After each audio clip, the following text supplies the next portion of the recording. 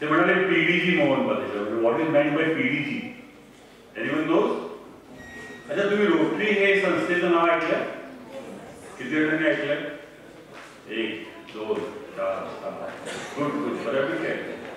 तर रोटरी संस्थेचा एक I am part of Rotary for last 37 years. And in 2011-12 I was the governor of Rotary International District 3131, which comprises of Pune and Raigad Revenue District.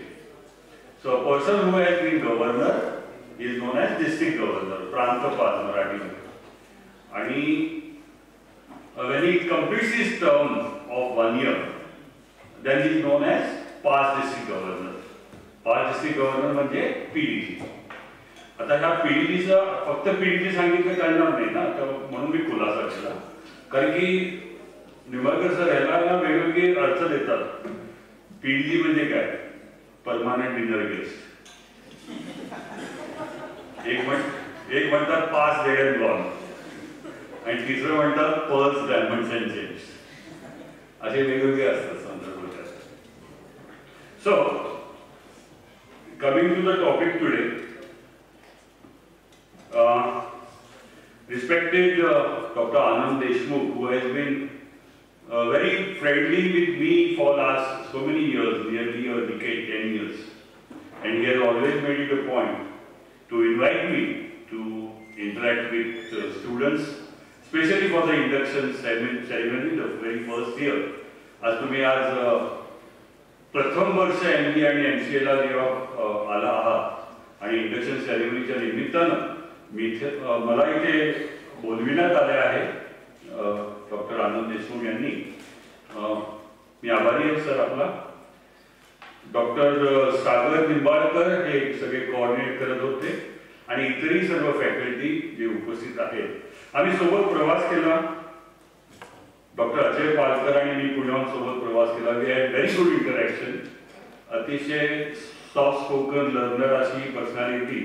मला या निमित्तानं त्यांचाच परिचय झाला.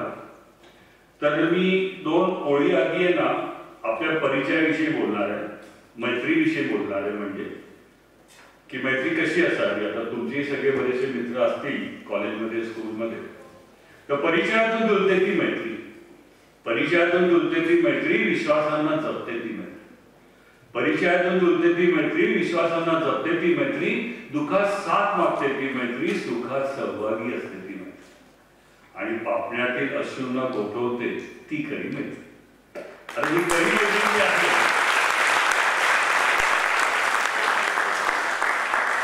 या खऱ्या मैत्रीचा आनंद तुम्ही निश्चितच जीवनामध्ये वेगवेगळ्या स्टेटसवर घेतलेला असणार. हिंदीमध्ये 2 ओळी आहेत त्याविषयीची की लोग मंजिल को मुश्किल समझते हैं, लोग मंजिल को मुश्किल समझते हैं, हम मुश्किल को मंजिल समझते हैं. बड़ा फर्क है लोगों में और हम में, बड़ा फर्क है लोगों में और हम में. लोग जिंदगी को दोस्त, हम दोस्तों को जिंदगी.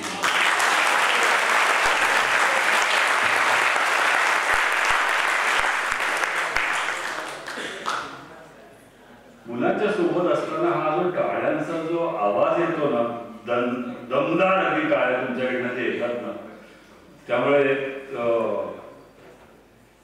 एक वेगळीच मजा येते म्हणता येईल, वेगळी स्फूर्ती येते. तर खास लहानपणाचं कौतुक करणाऱ्या 2 ओळी सांगतो पटकन की कागज की कश्ती थी पानी का किनारा था, कागज की कश्ती थी पानी का किनारा था, खेलने की मस्ती थी दिल ही आवारा था, कहा आ गई समझदारी की झंझट में वो नादान बचपन ही कितना प्यारा था.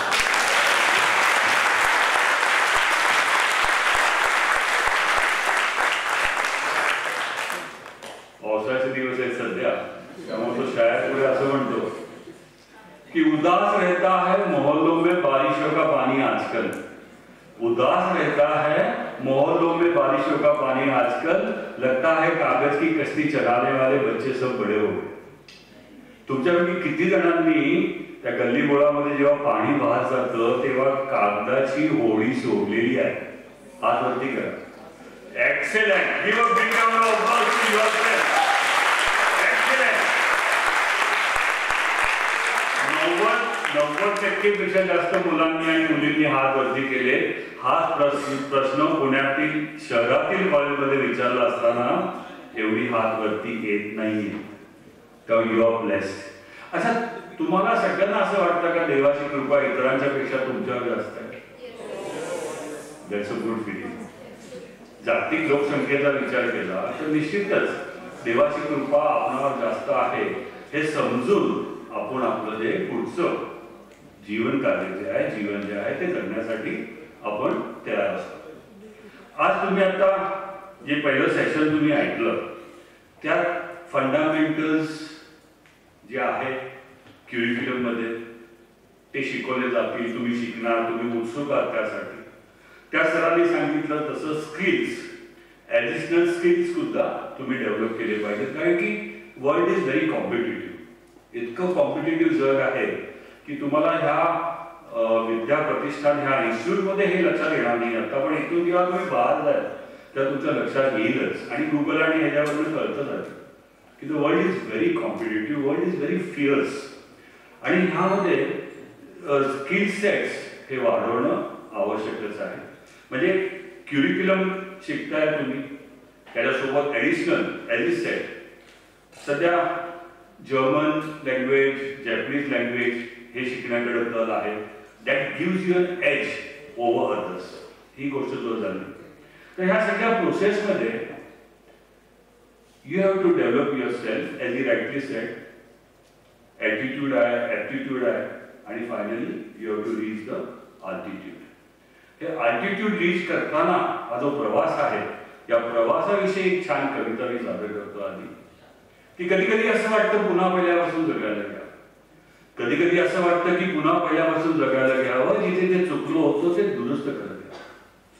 पहिल्या रेघोट्या मारल्या जेव्हा तेव्हा चित्रकलेची जाण नव्हती. अक्षर पहिले गिरविले तेव्हा सुवाच्यपणाची ओढ नव्हती.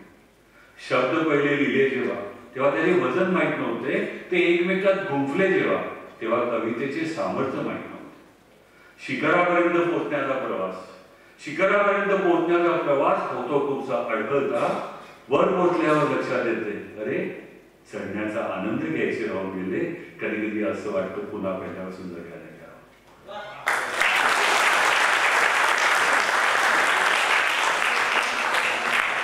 चढण्याचा आनंद घ्यायचे राहून गेले हे वाटता कामा नये. ही एक प्रक्रिया आहे, ही एक प्रोसेस आहे शिखरापर्यंत पोहोचण्याची. आणि शिखरापर्यंत पोहोचण्याच्या ह्या प्रोसेसमध्ये आनंद हा प्रत्येक क्षणी, प्रत्येक दिवसाघडी हा मिळायलाच पाहिजे. मी नेहमी माझ्या भाषणामध्ये सांगतो की आपल्या आयुष्यामध्ये ज्येष्ठ विचारवंत, कवी, लेखक सगळे का म्हणतात की लहानपण देगा देवा. लहानपण देगा देवा हे म्हणण्याचं कारण आहे कारण की लहानपणी विचाराची गर्दी नसते, कोणत्याही गोष्टीची आसक्ती नसते, सत्तेचा लोभ नसतो, आग्रह नसतो कोणत्याही गोष्टीचा. लहानपणी तरल आणि उत्कट आपल्या संवेदना असतात आणि आपलं जसं व्यावहारिक वय वाढत जातं तशा आपल्या संवेदना ज्या आहेत त्या बोथट होऊ लागतात. त्यामुळे लहानपण देगा देवा आपण म्हणतो. तर लहानपणीचे जे काही सेलियंट फीचर्स आहेत ते आपलं वय वाढत जात असताना सुद्धा ते जोपासून ठेवणे, ते वाढवत जाणे हे महत्वाचं आहे. आणि ह्यातच सध्या एक मोठा गॅप पडलेली आहे. ह्यात लहानपण जसं जातं, मनुष्य मोठा होत जातो तसं त्याच्या संवेदना ज्या आहेत ना त्या बोथट होऊ लागतात. काय झालंय आपल्या देशामध्ये स्वातंत्र्यपूर्व काळापासून सामाजिक विषमता मोठ्या प्रमाणावर आपल्या देशात होती. आता 77 वर्षे झाल्यानंतर सुद्धा सामाजिक विषमता आपल्या देशातली कमी झाली नाही. आणि सामाजिक विषमतेमुळे निर्माण झालेली सामाजिक असुरक्षितता ती सुद्धा वाढली, ती सुद्धा अजूनही कमी झाली नाही. सामाजिक विषमता, त्यातून असुरक्षितता, त्यातून संचय करण्याची वृत्ती वाढत चालली आणि संचय करण्याची वृत्ती वाढत गेल्यानंतर संवेदना ज्या आहेत त्या संवेदना लोकांच्या कमी होऊ लागल्या. इतक्या मोठ्या प्रमाणात कमी होऊ लागलेल्या आहेत की मोठ्या मोठ्या शहरामध्ये ज्या मोठे स्कायस्क्रेपर बिल्डिंग असतात त्या स्कायस्क्रेपर बिल्डिंग मध्ये 4थ्या मजल्यावर एखादी दुःखद घटना घडली असेल आणि 10व्या मजल्यावर वाढदिवसाची पार्टी चालू असेल तर ती पार्टी बंद होत नाही, पार्टी चालूच राहते. दुःखद घटना घडली आहे, त्यांच्या घरी घडली आहे. आय मीन मायसेल्फ ह्या चक्रव्यूहामध्ये सगळी मंडळी अडकलेली आहे. मी हा विषय का निवडला ह्याचे कारण सांगतो. शिक्षण होणे, ऍप्टिट्यूड होणे, सगळं अकॅडमिकली अतिशय डिझिंग हाईट्स ऑफ एज्युकेशन पर्यंत तुम्ही पोहोचू शकता.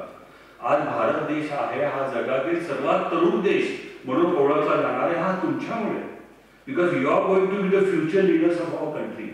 आणि फ्युचर लीडर्स आपल्या देशाला कोण पाहिजे की जे एक्सपर्ट्स आहेत सगळ्या क्षेत्रांमध्ये, जी क्षेत्र आपण दिलेली आहेत, पण त्याच्यासोबत एक कल्चर, एक चारित्र्यवान मनुष्य, एक चारित्र्यवान नेता आपल्या देशाला पाहिजे.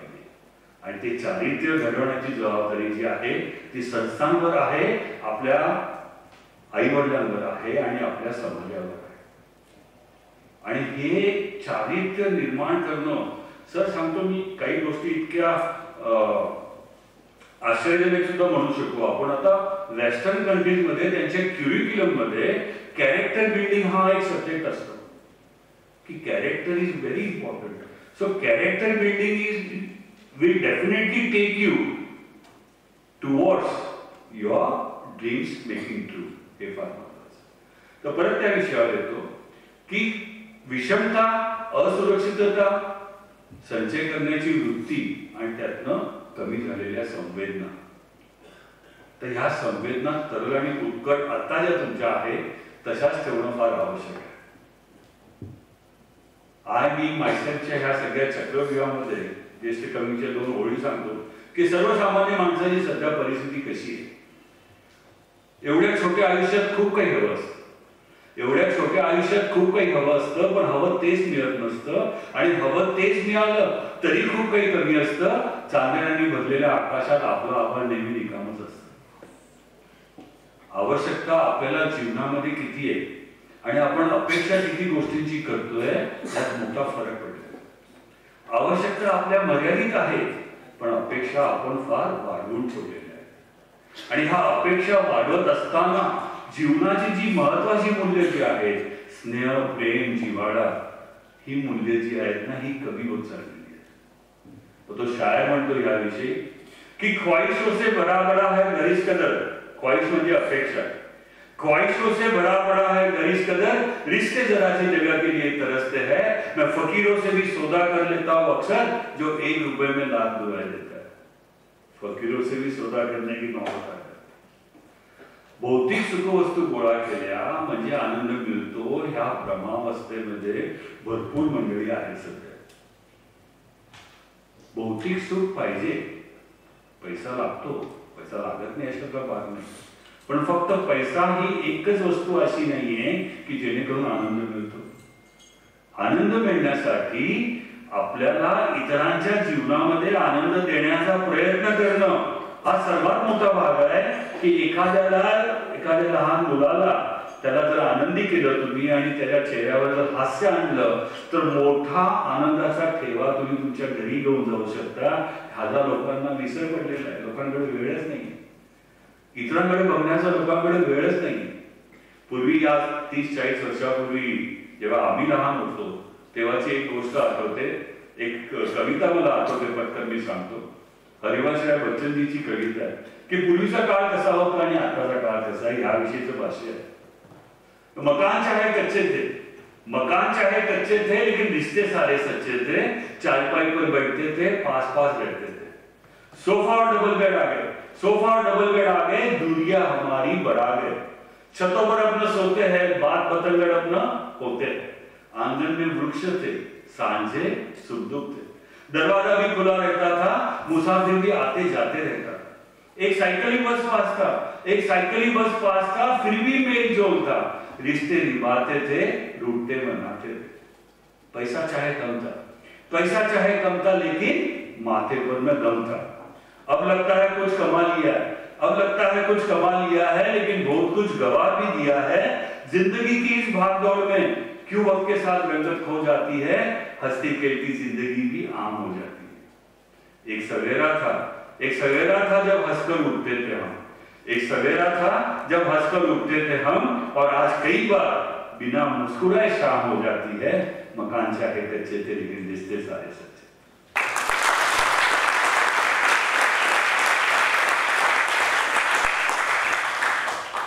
सकाळ ते संध्याकाळ जे काही कार्य आपण करतो आनंदी होण्यासाठी करतो, आपण स्वतः आनंदी होऊ इच्छितो, आपल्या कुटुंबियांना आपण आनंद देऊ इच्छितो आणि त्यासाठी सगळे कार्यक्रम आपण करत असतो, सगळी कार्य करत असतो आपण। आणि हे करत असताना संध्याकाळी जर आपल्याला आनंद झाला नाहीये तर निश्चित कुठेतरी काही चुकलंय ना, आणि कुठे चुकतं नेमकं ते शोधणं फार आवश्यक आहे। तर त्याविषयी शायर असं म्हणतो की सोच को बदलो सितारे बदल जाएंगे, सोच को बदलो सितारे बदल जाएंगे, नजर को बदलो नजारे बदल जाएंगे, क्यों बार बार कश्तियां बदलते हो, क्यों बार बार कश्तियां बदलते हो, दिशाओं को बदलो किनारे बदल जाएंगे। आता ह्या कश्तियां बदलण्याच्या बद्दलचं उदाहरण मी नेहमी असं देतो की माझ्याकडे 1991 साली मारुती गाडी होती, नवरा बायको 2 मुलं, मारुती नवीन गाडी आणली होती। वर्ष 6 वर्ष माझा आनंद अगदी टिकून राहिला होता, गाडीला काही झालं नाही 6 वर्षामध्ये। आम्ही कुटुंबामध्ये देवाच्या कृपेने 4चे 4च राहिलो, काय टिकल होतंय कुठं, देवाच्या कृपेमुळे 4चे 4च राहिलो, 5 नाही झालं असं म्हणायचं होतं मला।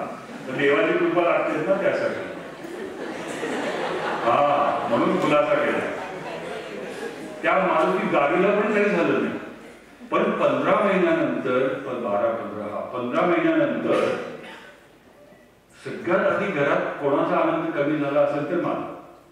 आणि कारण काय, अतिशय शुल्लक कारण, आम्ही 3ऱ्या मजल्यावर राहत होतो आणि दुसऱ्या मजल्यावर एक आमचे मित्र राहत होते दिलीप देशपांडे म्हणून, त्यांनी 16व्या महिन्याच्या पहिल्या आठवड्यामध्ये त्यांच्या घरी होंडा सिटी आणली।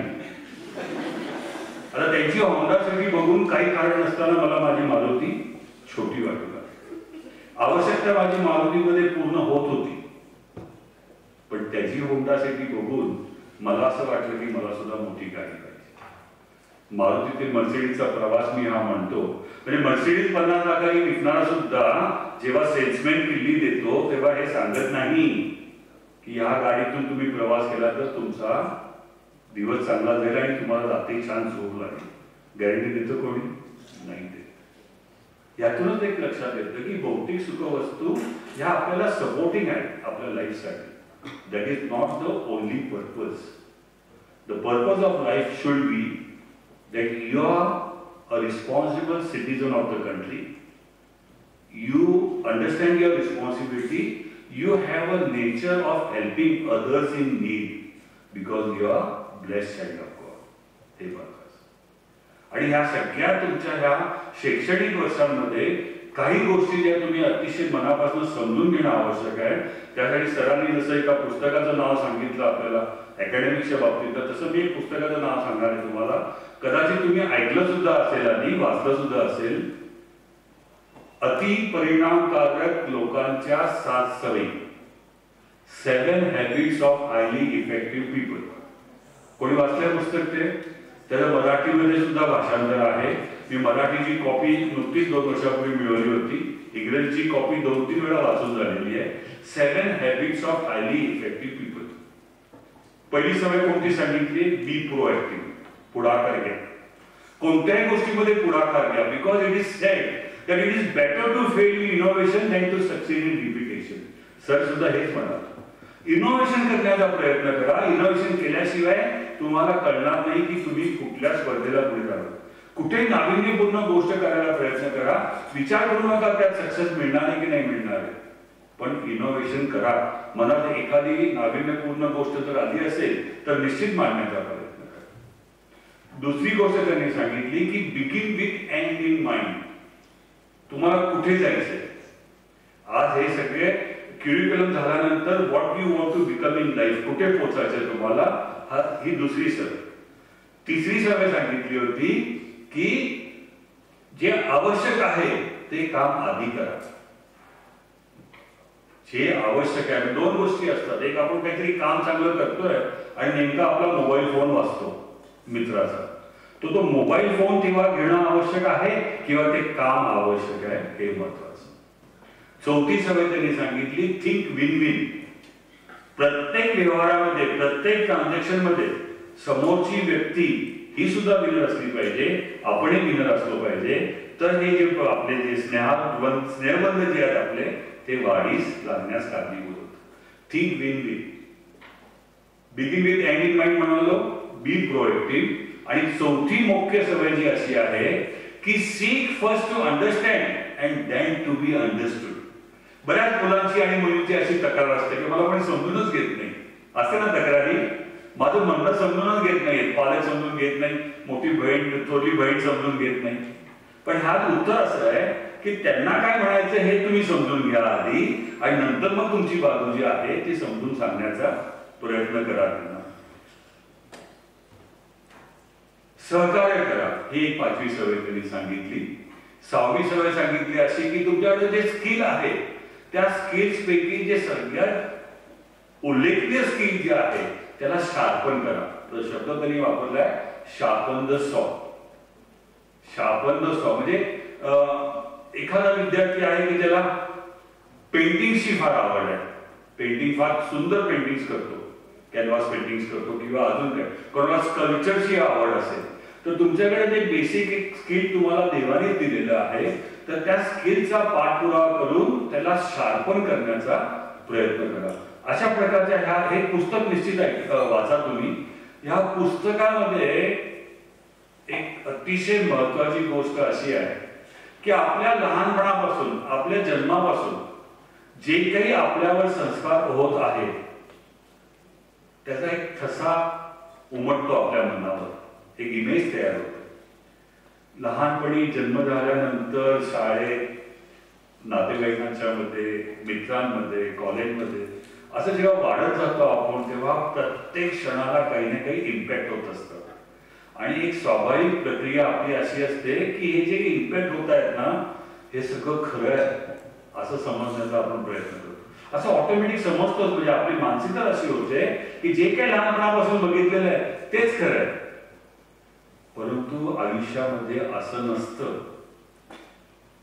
ह्याचा एक अतिशय त्यांनी ऑक्सफर्डच्या युनिव्हर्सिटीमध्ये त्यांनी एक प्रयोग केला होता की दोन असे भाग केले होते, दोन भागामध्ये दोन वेगवेगळे चित्र दिले, ते चित्राचा अभ्यास करायला सांगितलं आणि त्या दोन्ही चित्राचं मिश्रण म्हणून अजून एक तिसरं चित्र दिलं. तर पहिल्या ग्रुपने जे चित्र पाहिलं होतं त्यांना त्या तिसऱ्या चित्रामध्ये सुद्धा तेच चित्र दिसलं, दुसऱ्या ग्रुपने जे चित्र पाहिलं होतं त्यांना तिसऱ्या चित्रामध्ये दुसरं चित्र दिसलं. म्हणजे एका 10-20 सेकंदाच्या फरकाने 20 सेकंदाचं इम्प्रेशन सुद्धा पहिल्या चित्रामधलं तुम्हाला तिसऱ्या चित्रामध्ये तेच दिसत आहे. म्हणजे इतकं आपलं इम्प्रेसिव्ह माइंड आहे. We look for the first picture in the third picture and the second group looks for the second picture in the third picture. कोणी एग्री करत नाही. मग ते फायनली सगळे एग्री करतात की तुमचं दोघांचं खरं आहे, पहिलं आणि दुसरं चित्र दोन्ही ह्या तिसऱ्या चित्रामध्ये आहेत. इतकं इम्प्रेसिव्ह माइंड आहे. त्यामुळे लहानपणापासून आतापर्यंत ज्या काही गोष्टी झालेल्या आहेत ते खरंच मानून चालणे हे चुकीचं ठरतं. त्यामुळं विचारशक्ती आपली वापरायची, नॉलेज गेन करायचं, त्याचा सखोल अभ्यास करायचा आणि सखोल अभ्यास करून मग ठरवायचं की ही गोष्ट किती खरी आणि किती खोटी ते फार. आणि त्यावरनं तुमची पर्सनॅलिटी डेव्हलप होत जाते. ही पर्सनॅलिटी तुमची डेव्हलप होणं फार महत्वाचं आहे. मी पुरुष माझ्या त्या विषयावर येतो की संवेदना ह्या ज्या कमी झाल्या आहेत, त्या संवेदना कमी झाल्यामागची काही कारणं आहेत. स्वातंत्र्यपूर्व काळामध्ये महात्मा गांधीजींनी एकंदरीत सामाजिक परिस्थितीचा विचार केला, अभ्यास केला आणि त्यांच्या लक्षात आलं की मनुष्य मुळाचा निसर्गप्रेमी आहे. ईश्वरामध्ये, देवामध्ये पूर्ण श्रद्धा ठेवणारा मनुष्य आहे, अतिशय संवेदनशील मनुष्य आहे. पण तरी सुद्धा हा निसर्गाच्या नियमाच्या विरोधात का चालतोय? त्यांनी जेव्हा अभ्यास केला तेव्हा त्यांना लक्षात आलं की ही काही कारणं आहेत. त्यांना त्यांनी नाव दिलं 7 सामाजिक पातके.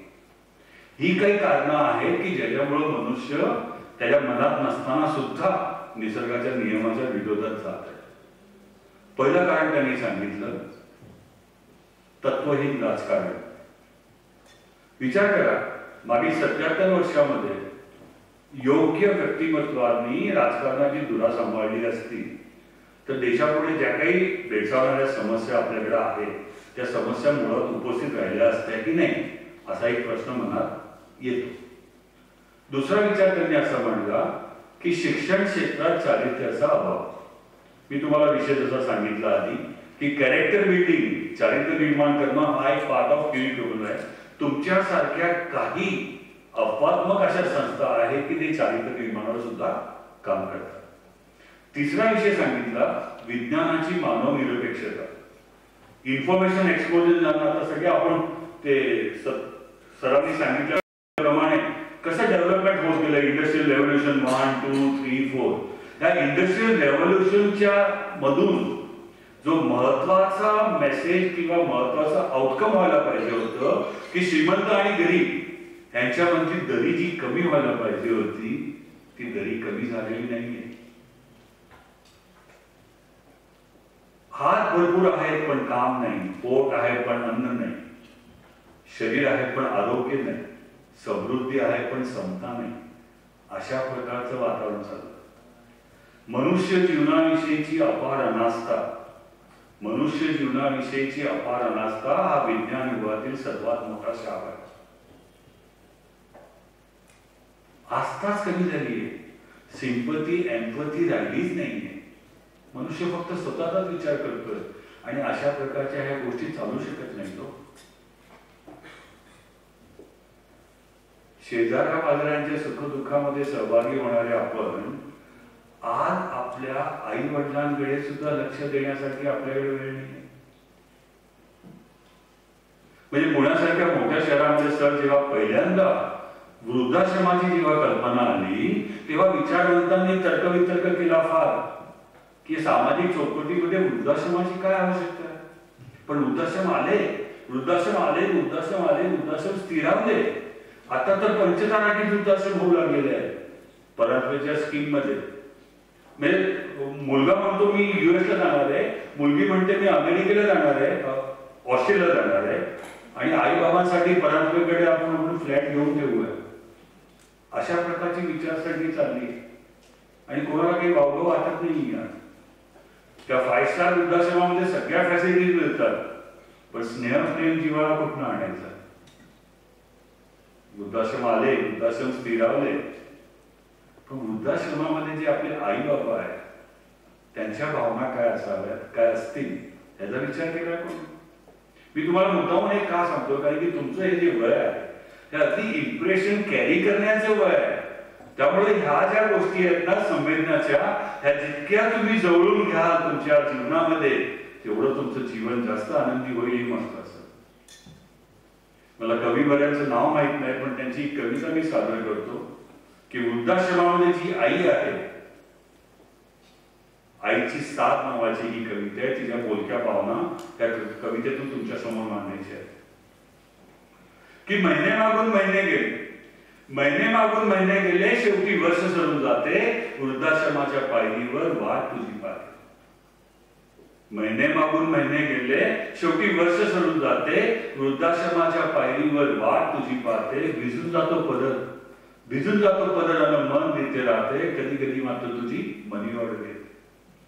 पैसे नको यावेळी, पैसे नको यावेळी, तूच येऊन जा बाळा, मला तुझ्या घरी घेऊन जा. तुझा भाव होता तोवर, तुझा भाव होता तोवर काळ बरा गेला, तुझी आठवण काढत उघड्या डोळ्यांनी गेला. लेख माझा मोठा साहेब, त्याचं लई कौतुक त्याला. माझ्याही हृदयात फोटो तुझा जो पाहून जा, पण बाळा मला तुझ्या घरी घेऊन जा. दुष्काळाच्या साली जन्म तुझा झाला, दुष्काळाच्या साली जन्म तुझा झाला, तुझ्या दुधासाठी आम्ही चहा सोडून दिला. एक कपडा वर्षाकाठी पुरून घातला, साल घातली बापानं पण तुला शाळेमध्ये घातलं. हवं तर तू हे सगळं विसरून जा, हवं तर तू हे सगळं विसरून जा, पण बाळा मला तुझ्या घरी घेऊन जा. धुणमांडी करीन मी, धुणमांडी करीन मी, केर कचरा काढीन मी, आळूवळ्या पुरणपोळ्या तुझ्यासाठी रांधीन मी. नातवंडाचं दुखलं खुपलं सगळं बघीन मी, घाबरू नकोस.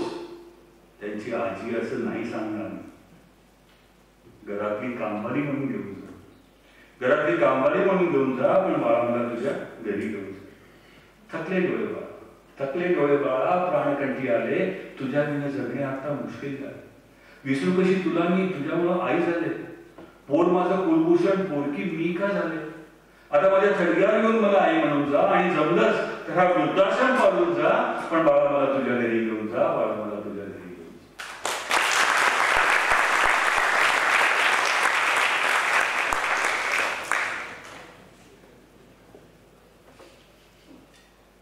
संवेदना ह्या फार आवश्यक आहे जीवनामध्ये आनंदी राहण्यासाठी. एकूण सगळं आयुष्य सगळं चालत राहील, पण आई वडिलांचे आशीर्वाद, त्यांची पुण्य, त्याची ताकद कुठे लागणार आहे तुम्हाला जीवनामध्ये हे सुद्धा लक्षात येऊ शकतं. तर मी विषय सांगत होतो 7 सामाजिक पातळी. तत्वहीन राजकारण, शिक्षण क्षेत्रात आढळणारा चारित्र्याचा अभाव, विज्ञानाची मानवनिरपेक्षता, आणि 4थं सांगितलं त्यांनी आनंद संपादनात आढळणारा विवेकाचा अभाव. आनंद कशात आहे हे लक्षात येत नाही. छोट्या छोट्या गोष्टीमध्ये जो आनंद मिळू शकतो ते लक्षात येत नाही. 5वं कारण त्यांनी सांगितलं की व्यापार उद्योगात सचोटीचा अभाव. 6वं कारण असं सांगितलं परिश्रमाशिवाय प्राप्त सदनता, आणि 7वं कारण असं सांगितलं की त्यागाशिवाय केलेली उपासना.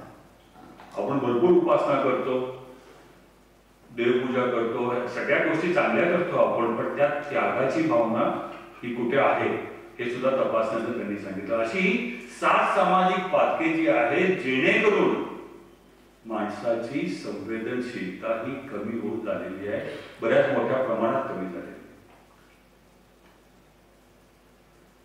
सर जसा आमचा रोटरी क्लब आहे ना, तसा स्वर्गात सुद्धा रोटरी क्लब आहे. 1947 साली आमचे रोटरीचे फाउंडर जेव्हा वारले, त्यांनी स्वर्गात जाऊन तेव्हा एक नवीन तिथे रोटरी क्लब सुरू केला, आणि त्या रोटरी क्लबचं नाव आहे rotary club of haven elite. आता जेव्हा आपल्याकडे पॅन्डेमिक कोरोना आला होता ना, त्यावेळेस आमचे बरेचसे मित्र स्वर्गात पोहोचलेले आहेत. स्वर्गात पोहोचण्याची कंडिशन अशी असते की ती व्यक्तिमत्व दानशूर असलं पाहिजे. तर दानशूर व्यक्तिमत्व डायरेक्ट त्यांना स्वर्गात जाण्याला पासवर्ड मिळतात. तर आमचे काही मित्र तिथे स्वर्गात पोहोचले, केव्हा तरी आठवण येते, स्वप्नात येते, काय मोहनभाई कसं चाललंय वगैरे, तर मी माझ्या नेहमीच्या इथल्या तक्रारी सांगतो त्यांना. ते 2-3 मिनिटं ऐकतात आणि मग म्हणतात नाही नाही आता बस झालं मोहन, तुझ्याकडे मला एक महत्वाचं काम आहे आणि त्यासाठी मी तुला फोन केलाय. तर काय काम आहे महत्वाचं, तर ते असं की फेब्रुवारी महिन्यामध्ये आमच्याकडे रोटरीची कॉन्फरन्स आहे, आणि आमच्या रोटरीच्या कॉन्फरन्सला आम्हाला चालला होता पाहिजे, आणि आम्हाला असं कळलंय की तू शायरी छान करतो. फक्त विचार झाला, हा फक्त विचार आला मनामध्ये की वक्ता म्हणून तिथे स्वर्गात बोलवत आहे, या विषयीची उत्तमशी शायरी आहे. ये जिंदगी आज जो तुम्हारे बदन की छोटी बड़ी नसों में मचल रही, ये जिंदगी आज जो तुम्हारे बदन की छोटी बड़ी नसों में मचल रही है, तुम्हारे पैरों से चल रही है, तुम्हारी आवाज में गले से निकल रही है, तुम्हारे लफ्जों में ढल रही है. ये जिंदगी न जाने कितनी सदियों से यूं ही शक्लें बदलती रही है, बदलती शक्लों में बदलते जिस्मों में चलता फिरता ये एक शरारा जो कि इस घड़ी नाम है तुम्हारा. इसी सारी चहल पहल है, इसी से रोशन है हर नजारा. सितारे तोड़ो या घर बसाओ, अलग उठाओ या सर झुकाओ, तुम्हारी आंखों की रोशनी तक ये खेल सारा, ये खेल होगा नहीं दोबारा, जिंदगी ना मिलेगी दोबारा.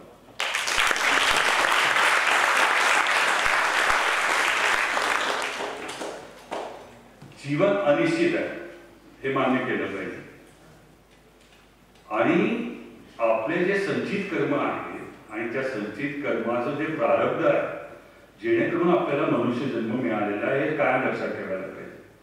मला कोणीतरी प्रश्न विचारला की जिंदगी ना मिलेगी दोबारा म्हणता तुम्ही, तुमचं पुनर्जन्मामध्ये विश्वास नाही का? म्हणजे विश्वास आहे, पण पुनर्जन्म हा मनुष्य म्हणूनच होईल याची खात्री नाहीये ना.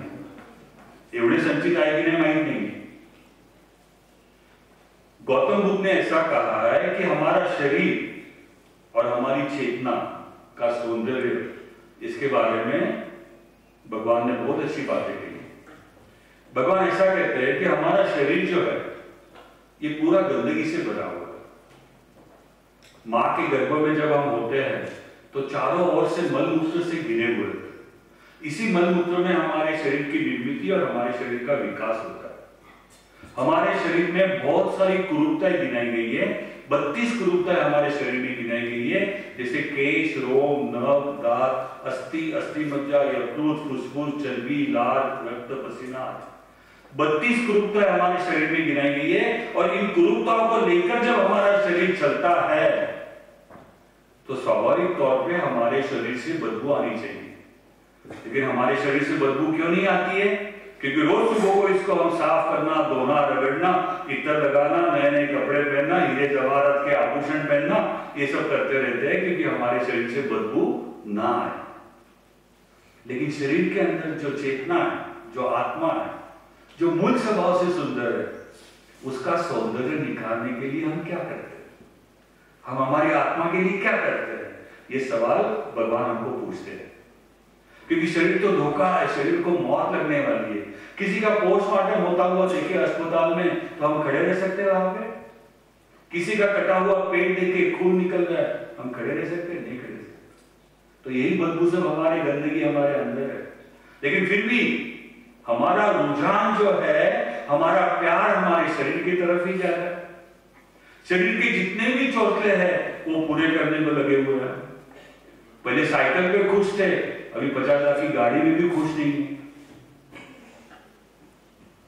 शरीर के चौथे पूरे करते हैं, हमारी चेतना की तरफ हमारा ध्यान नहीं है। और चेतना की तरफ ध्यान देना जरूरी है। वो आगे चलकर भगवान ऐसा कहते हैं कि जब शरीर से चेतना का पक्षी उड़ जाता है तो मौन पालिशा रहता नहीं, उसकी बॉडी बन जाती है।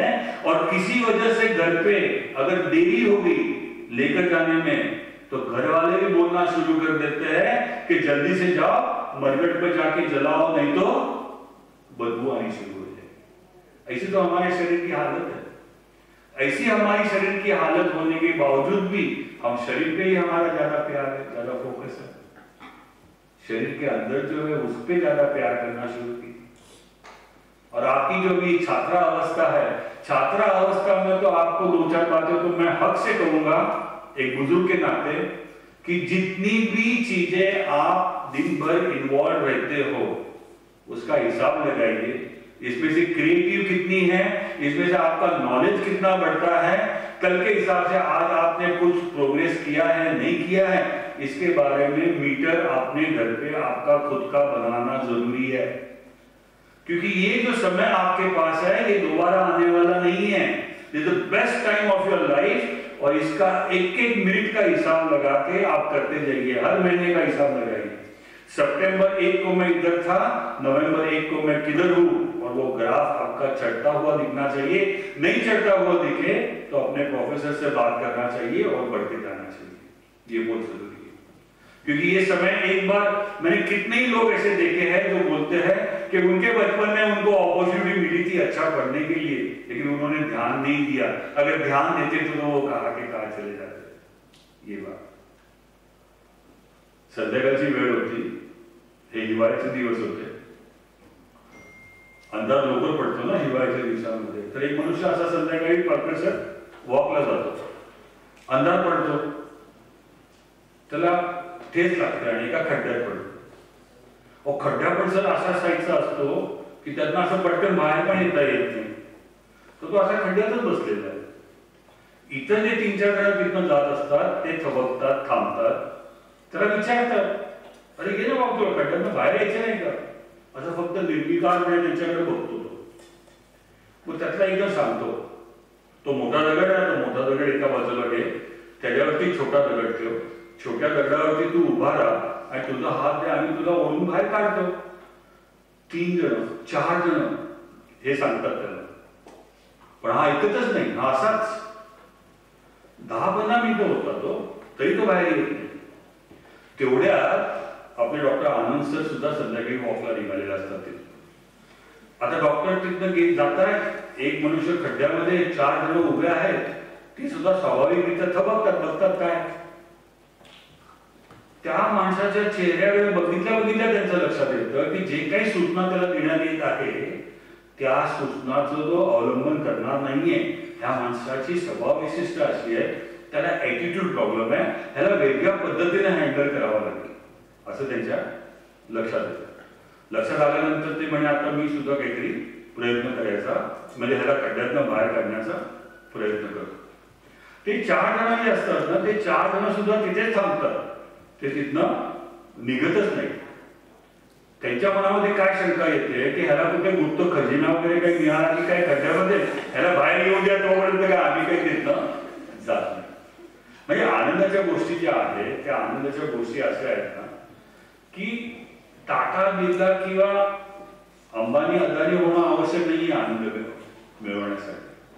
आनंद मिळवण्यासाठी फक्त एक देण्याची सवय असणं फार आवश्यक आहे, इतरांना मदत करण्याची सवय आवश्यक आहे. छोटीशी गोष्ट सांगतो याची. कोल्हापूरच्या रेल्वे स्टेशनच्या बाहेर 4 बांबू, पत्री लावलेली, वरती पत्रा, गोंडफाट, एक काळी चादर, काही जगमलची भांडी, असा एक संसार एका आजीबाईंचा. वय वर्ष 74 आजीबाईंचं. केस पिकलेले, अंगावर एक फाटकी मलकी साडी, पण चेहरा असा हसतमुख असायचा नेहमी त्यांचा. त्या रेल्वे स्टेशनच्या बाहेर ते सायकल स्टँड चालवायच्या. शेजारपाजारी गावातील मुलं यायची, सायकल स्टँडवर लावायची आणि मग कॉलेजला द्यायची शिक्षणासाठी. आजीबाई त्यांच्याकडून महिना 30 रुपये भाडं घ्यायचे सायकलवर लक्ष ठेवण्यासाठी. असा त्यांचा दिनक्रम चालू असतो. एक दिवस संध्याकाळी 5 वाजता जेव्हा सायकल स्टँडवरनं काढून घरी घेऊन जेव्हा मुलगा जात असतो तेव्हा सायकलच्या हँडलला तो त्याला जेवणाचा डबा लावतो.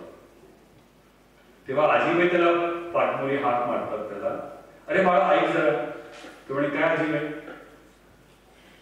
काय नाव तुझं? तो म्हणे अमित. कुठल्या गावाचा वगैरे ठराविक प्रश्न झाल्यानंतर मग आजीबाई महत्वाचा प्रश्न विचारतात त्याला, तुझ्या जेवणाच्या डब्यामध्ये काही शिल्लक आहे? त्याच्या डब्यामध्ये काही शिल्लक नसतं. फार वाईट वाटतो त्याला. आवंडा फिरतो तो आणि मग म्हणतो, आजीबाई नाही हो, माझ्या डब्यात काही शिल्लक नाही आज. नेहमी हसतमुख असणारा, स्मित हास्य असणारा आजीबाईंचा चेहरा थोडा ओशाळल्यासारखा होतो. तरी हास्य टिकवण्याचा प्रयत्न करतात आणि म्हणतात, बरोबर बाळा, काही नाही, आज काही नाही तर काही नाही, हरकत नाही म्हणे, पण जेव्हा काही तुझ्या डब्यामध्ये शिल्लक असेल तर ते मला द्यायचा, माझ्या उपयोगात येईल. फार वाईट वाटतं त्याला. इतकं वाईट वाटतं तो घरी जाऊन ताबडतोब आईना सांगतो की आई असं असं घडलं माझ्याबरोबर आज. आई त्याला म्हणतात की उद्या तुझ्या डब्यात मी 2 पोळी जास्त देणार आहे.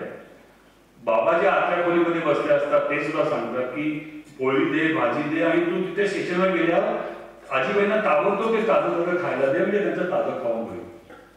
कसं माहिती का सर, आपल्याकडं आपल्या भगिनी ज्या आहेत ना त्या अतिशय सेन्सिटिव्ह आहेत आणि त्यांच्या संवेदना त्या पटकन एक्सप्रेस करतात.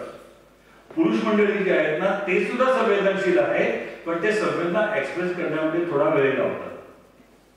यासाठी काळ्या द्यावं मुलींसाठी सगळ्यांनी.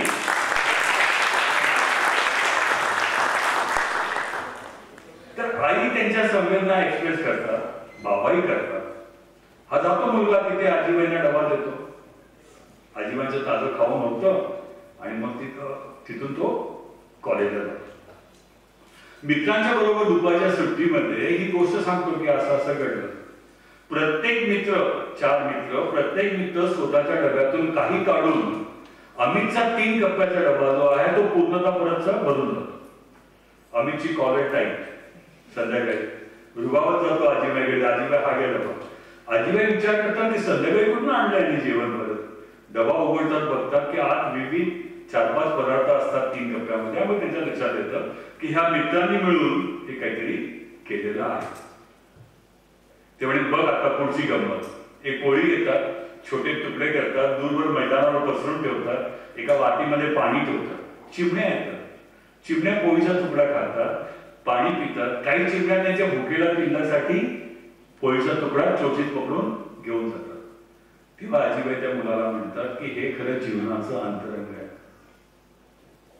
आनंद मिळवण्यासाठी, सुखप्राप्तीसाठी मनुष्य 10 दिशांना प्रयत्न करत असतो, सगळे प्रयत्न करत असतो, पण त्याच्या एक लक्षात नाहीये की मोठा आनंद तुम्हाला केव्हा मिळतो, जेव्हा तुम्ही दुसऱ्याला आनंदी करण्याचा प्रयत्न करता. तुमच्यातलं थोडंसं सुख तुम्ही दुसऱ्यांना जेव्हा देता तेव्हा तुम्ही सर्वात जास्त आनंदी होता त्या घेणाऱ्या माणसापेक्षा. हे महत्वाचं. 10 दिशा तुम्ही फिरत असता पण तुम्ही आनंदी होऊ शकत नाही, पण ह्या प्रक्रियेतनं तुम्ही आनंदी होऊ शकता. मुलगा मोठा होतो, नोकरी लागते, आजीबाईंना पेढा द्यायला येतो. आजीबाई पेढा निम्मा घेतात, निम्मा त्याला भरवतात आणि मग सांगतात, बरं रे बाळा, तू माझी एवढी आठवण ठेवली. माझ्या मनातील सल जी आहे, जे दुःख आहे, तर मी आजपर्यंत कोणाच्या समोर व्यक्त केलं नाही. आज तुझ्या समोर मला व्यक्त करायची इच्छा झाली. मी तुला आज सांगते की माझ्या सोबत काय झालं. माझ्या पोटचं पोट महालक्ष्मीचे दर्शन घडवून आणतो म्हणून मला कोल्हापूरला घेऊन आला होता आणि इथे रेल्वे प्लॅटफॉर्मवर मला सोडून गेला. मित्रांनो, आयुष्यात ह्या गोष्टी घडत आहेत, त्या काल्पनिक कथा नाहीये. कौन बनेगा करोडपतीचे एपिसोड पाहिला असेल तुम्ही तर मी पाहिलेलं मला आठवतं. वृद्धाश्रमामध्ये जागा नाहीये हो. 80चं ग्रांट आहे आणि 120 लोक ऑलरेडी आहेत. तो वृद्धाश्रमाचा मॅनेजर नाही म्हणतो त्या माणसाला की आम्ही नाही नवीन ऍडमिशन घेऊ शकत. एवढं वारंवार सांगून सुद्धा तो मग मुलगा स्वतःच्या वडिलांना व्हीलचेअरवर रात्री 11 वाजता वृद्धाश्रमाच्या बाहेर असं सोडून जातो. हे घडतंय, हे घडतंय. पण हे असं घडून चालणार नाही ना. हा जो ग्राफ आहे, संवेदना कमी जे झालेलं आहे, हा ग्राफ असा सरळ जाऊ शकत नाही ना. It has to stop somewhere. कुठे थांबायला पाहिजे, थांबून परत यू टर्न घ्यायला पाहिजे. स्नेह, प्रेम, जिव्हाळा, आत्मीयता या सगळ्या गोष्टी पूर्ण पदावर आधी पूर्वी सुद्धा आता यायला पाहिजे, पूर्वीसारख्या. आणि ते येण्यासाठी तुमच्या सगळ्यांची फार मदत लागणार, फार मोठी मदत लागणार. ही मानसिकता जर ही डेव्हलप केली, कारण की काय झालंय या सगळ्या गोंधळामध्ये सर प्रॉब्लेम असा झालाय की गुन्हेगारी वृत्तीला जोर आला.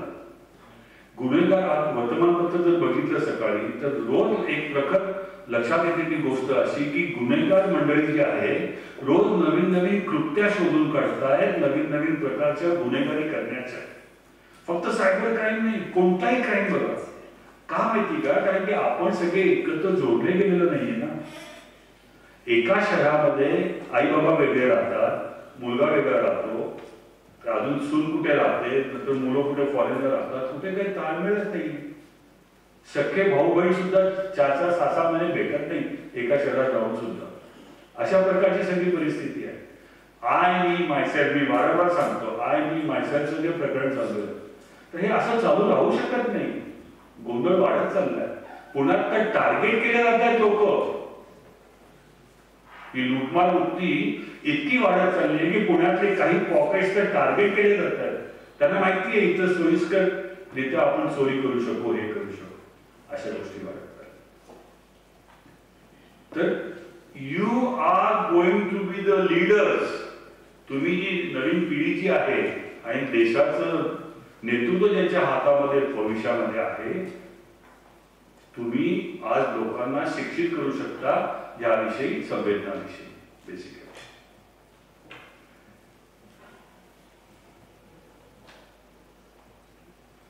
एकच मिनिट.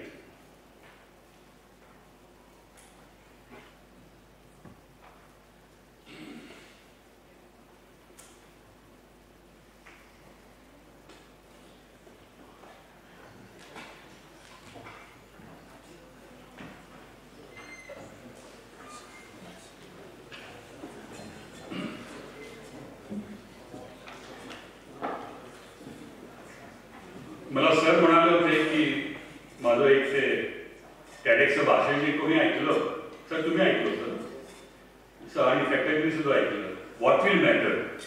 बरोबर. ती व्हॉट विल मॅटर जी आहे ती कविता मी मुद्दामून सादर करणार आहे आता. अतिशय उत्कृष्ट कविता आहे की जीवनामध्ये कोणत्या गोष्टीचं जास्त महत्व आपण समजलं पाहिजे आणि नाही समजलं पाहिजे ह्यातला खुलासा या कवितेतून होतो. त्या कवितेचे ऑथर जे आहेत त्यांचं नाव आहे मायकेल जोसेफ आणि कवितेचं शीर्षक आहे व्हॉट विल मॅटर. जीवनामध्ये शेवटी कोणत्या गोष्टी मॅटर करणार आहेत. म्हणजे मॅटरला काय शब्द वापरायचा मराठी सर आपण? व्हॉट विल मॅटर म्हणजे मराठीमध्ये काय म्हणूया?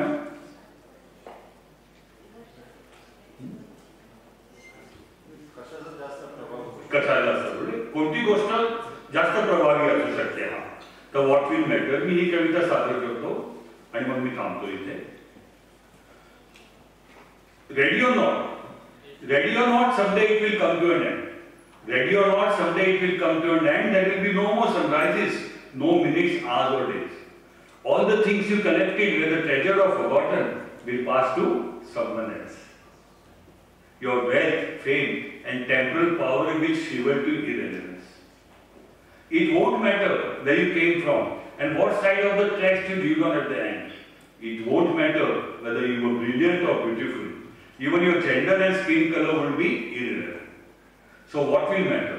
So what will matter and how will the values of your days be measured? What will matter is not what you learned, but what you taught. What will matter is not what you bought, but what you built. What will matter is not what you got, but what you gave. What will matter is not your significance, not your success, but your significance. What will matter is not your competence, but your character. What will matter is every act of integrity, courage, compassion and sacrifice that enriched and enthused others to emulate your example. What will matter is not your memory, but memory of those who loved you. What will matter is how long you are remembered by whom and for what. Friends, living a life that matters. Living a life that matters does not happen by accident. It is not a matter of circumstances, but of choice. So please, choose to live a life that matters. I am quote. Choose to live a life that matters. आयुष्य असं जगावं की जेणेकरून तुमची आठवण काढली जाईल. तुम्हाला सगळ्यात चोहोबाजूनी तुम्हाला प्रेम मिळेल, स्नेह मिळेल, आदर मिळेल आणि तुमच्या हातून अशा काही चांगल्या गोष्टी घडत जाणं फार आवश्यक आहे. अशा प्रकारे तुम्ही तुमचं आयुष्य हे करायचं आहे.